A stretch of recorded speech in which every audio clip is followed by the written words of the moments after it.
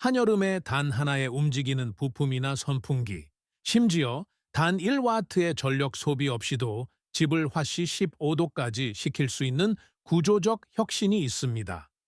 현대 건설 산업이 매 시즌 성능 개수가 저하되는 기계식 HVAC 시스템에 의존하는 반면 이 기술은 건물의 벽 자체를 냉각 시스템으로 바꿉니다. 공기의 밀도와 이상기체 법칙을 활용하여 독소를 제거하고 곰팡이를 방지하며 전력망으로부터 재정적 독립을 되찾아주는 지속적이고 조용한 환기 흐름을 생성하는 시스템입니다. 그러나 인류 역사상 가장 비용 효율적인 냉각 솔루션임에도 불구하고 이 기술은 실제로 살아 숨쉬는 구조물보다 밀폐되고 플라스틱으로 포장된 상자를 우선시하는 건축 산업에 의해 밀려났습니다. 그렇다면 이것은 무엇일까요? 어떻게 작동할까요? 그리고 더 중요한 것은 여러분이 어떻게 이점을 얻을 수 있을까요? 함께 알아보겠습니다. 이 기술이 왜 현대 에너지의 현상 유지에 위협이 되는지 이해하려면 이 기술이 해결하고자 했던 위기를 이해해야 합니다. 태양열 굴뚝의 채택은 결코 건축적 선호도의 문제가 아니었습니다. 그것은 필수였습니다. 이 기술의 기원은 고대 페르시아의 건조하고 타는 듯한 고원, 특히 야즈드 야트와 같은 도시에서 시작됩니다. 3,000년 전 건축가들은 생물학적 필요성에 직면했습니다. 주변 온도가 정기적으로 화씨 123도를 초과할 때 어떻게 도시를 사람이 살 수 있는 곳으로 유지할 것인가? 그들에게는 전기나 화학 냉매와 같은 사치품이 없었습니다. 그들이 가진 것은 공기의 밀도에 대한 깊은 수학적 이해였습니다. 그들은 고질량 석재의 열 지연을 활용한 수직 조적 통로인 바드기르, 밧길을 개발했습니다. 이것들은 단순한 장식용 탑이 아니라 세계 최초의 태양열 엔진이었습니다. 그늘진 안뜰과 햇볕에 달궈진 탑 꼭대기 사이의 압력 차이를 활용하여 그들은 일정한 열 사이펀을 만들어냈습니다. 많은 경우 이 탑들은 지하 수로인 카나트와 짝을 이루었습니다. 탑은 물 위로 공기를 끌어당겨 증발 냉각을 활용함으로써 공기가 생활 공간에 들어가기 전에 온도를 낮췄습니다. 수세기 동안 이것은 고성능 냉각의 글로벌 표준이었습니다. 19세기에 대영 제국이 인도와 아프리카 같은 지역으로 확장하면서 그들은 이 시스템을 접하고 식민지 병원과 막사에 통합했습니다.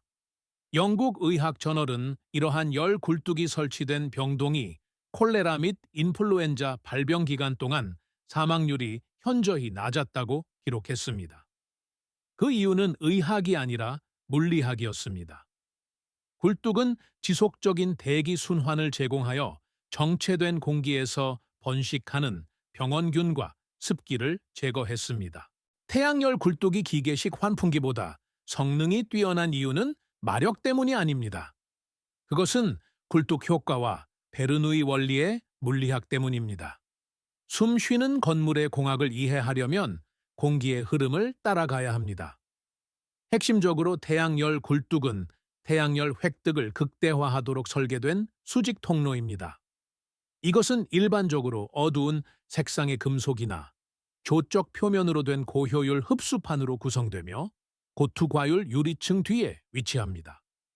태양 복사열이 유리를 통과하면서 흡수판에 부딪혀 장파 열 에너지로 변환됩니다. 이상 기체 법칙에 따라 통로 내부 공기의 온도가 상승하면 밀도는 감소합니다. 공기는 주변 대기보다 가벼워집니다. 에너지를 얻은 이 분자들은 굴뚝 꼭대기의 배기구를 향해 빠르게 상승하기 시작합니다. 이러한 상승 운동은 굴뚝 바닥에 음압 영역을 만듭니다. 자연은 진공 상태를 혐오하기 때문에 건물은 강제로 공기를 들이마시게 됩니다. 건물의 가장 낮고 그늘진 부분, 보통 북향 흡입구나 지하 어스 튜브에서 신선하고 시원한 공기를 끌어당겨 생활 공간으로 통과시킵니다. 그리고 이 시스템은 태양 복사열로 구동되기 때문에 굴뚝의 펌핑 속도는 건물의 열 부하에 정비례합니다. 에어컨이 최대 전류를 끌어다 쓰며 고군분투하는 화씨 100도의 오후에는 지별기와 주변 공기 사이의 온도 차이인 델타 T가 최고조에 달합니다. 굴뚝은 가장 강력한 상태가 되어 단 하나의 기계 부품도 움직이지 않고 시간당 수천 입방피트의 공기를 이동시킵니다. 그렇다면 겨울에는 어떻게 될까요? 여기서 이중 모드 공학이 등장합니다.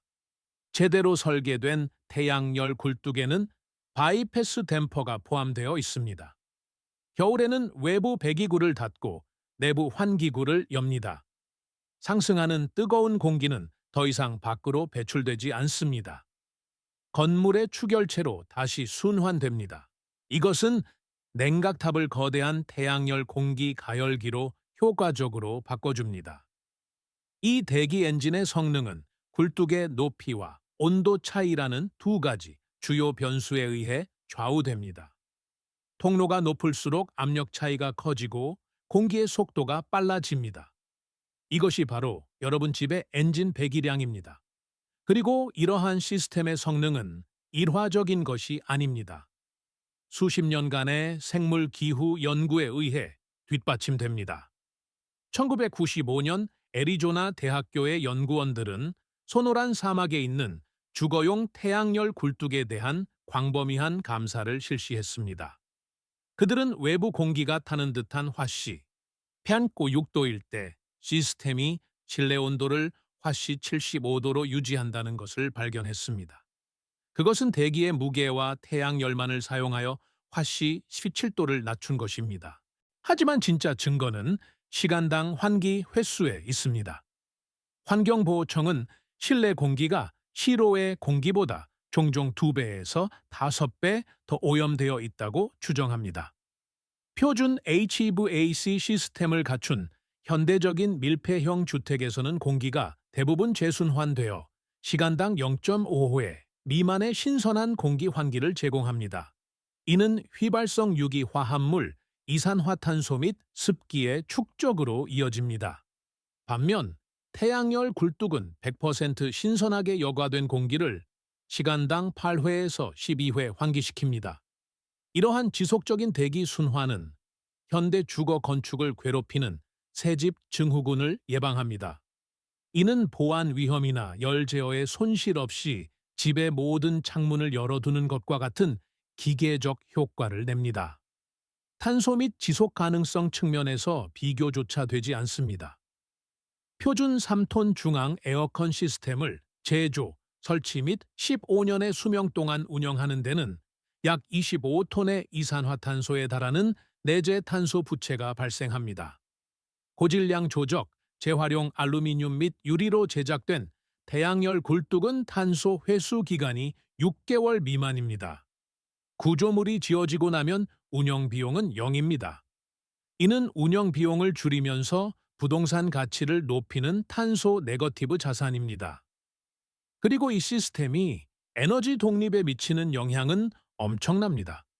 노팅엄 대학교의 연구에 따르면 태양열 굴뚝을 활용하는 건물은 전체 냉방 에너지 소비를 최대 75%까지 줄일 수 있는 것으로 나타났습니다. 에너지 비용이 상승하고 전력망이 불안정한 세상에서 이는 기계 장치가 결코 제공할 수 없는 수준의 보안입니다. 그렇다면 왜 채택되지 않았을까요? 그 해답은 우리가 편안함에 자금을 조달하고 규제하는 방식에 있습니다. 현대 건축 산업은 하도급과 표준화의 기반 위에 세워졌습니다. 개발자에게는 저렴하고 벽이 얇으며 단열이 되지 않은 상자를 지은 다음 HVAC 계약자에게 5,000 달러를 지불하여 기계식 난방 시스템을 추가하는 것이 더 쉽습니다. 이는 전문적인 건축 지식이나 건물의 공간에 통합할 필요가 없는 플러그 앤 플레이 솔루션입니다.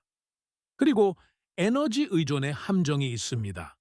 전력 회사와 기계식 냉각장치 제조업체는 고장나지 않고 필터 교체가 필요 없으며 매월 청구서를 보내지 않는 기술을 홍보할 동기가 전혀 없습니다.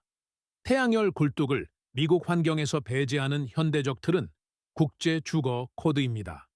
이 코드가 태양열 굴뚝을 명시적으로 금지하지는 않지만 전적으로 기계적 입력을 우선시하는 ASL의 62이 표준을 중심으로 작성되었습니다. 태양열 굴뚝은 수동적이므로, 즉 태양의 강도에 따라 성능이 달라지므로 규제의 사각지대에 빠지게 됩니다. 이것은 제품이 아니라 건축적 특징이기 때문에 UL 인증이나 공장 인증 에너지 스타 등급이 없습니다. 대부분의 지역 건축 검사관은 어쨌든 기계식 백업 시스템을 고집할 것이며, 이는 사실상 건축 비용을 2배로 늘리고 주택 소유자가 필요하지 않은 기계를 구입하도록 강요합니다.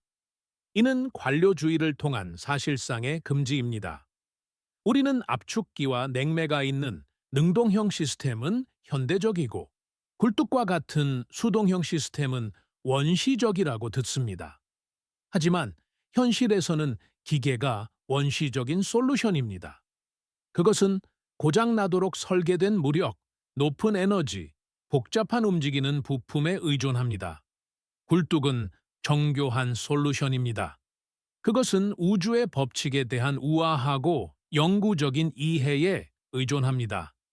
애초에 실패하도록 설계된 집을 고치기 위해 고장 나도록 설계된 기계를 사야만 하는 것은 실패의 연속입니다.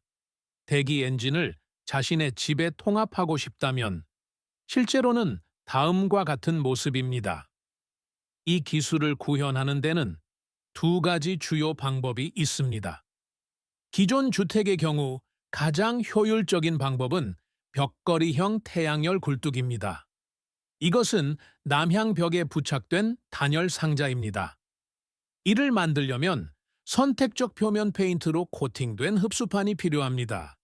이 재료는 태양 복사열의 95%를 흡수하지만 방사율이 낮아 열이 유리를 통해 다시 방출되는 것을 방지합니다. 그런 다음 저방사 유리로 덮어 굴뚝 내부에 열을 가둡니다. 500평방피트의 공간에는 약 20평방피트의 지별기 면적이 필요합니다. 자외선 안정화 폴리카보네이트와 고온 실리콘을 사용하는 DIY 제작 비용은 $300 선입니다.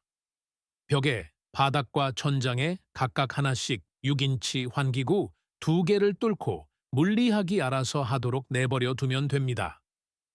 신축 건물의 경우 전문가의 방법은 구조물을 전용 열배기 엔진으로 설계하는 것입니다.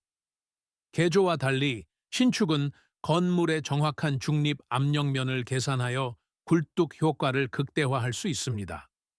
이 전략은 이상적으로 20.333피트 높이의 통합 수직 통로를 집의 남향 추결체에 구축하는 것을 포함합니다. 이 통로들은 스펙트럼 선택적 흡수판으로 덧대어져야 하며 열 재방사를 방지하기 위해 고투과율 저철분 유리로 보호되어야 합니다. 공기 흡입구를 구조물의 가장 낮고 그늘진 곳에 배치함으로써 굴뚝은 지속적인 압력 차이를 만듭니다.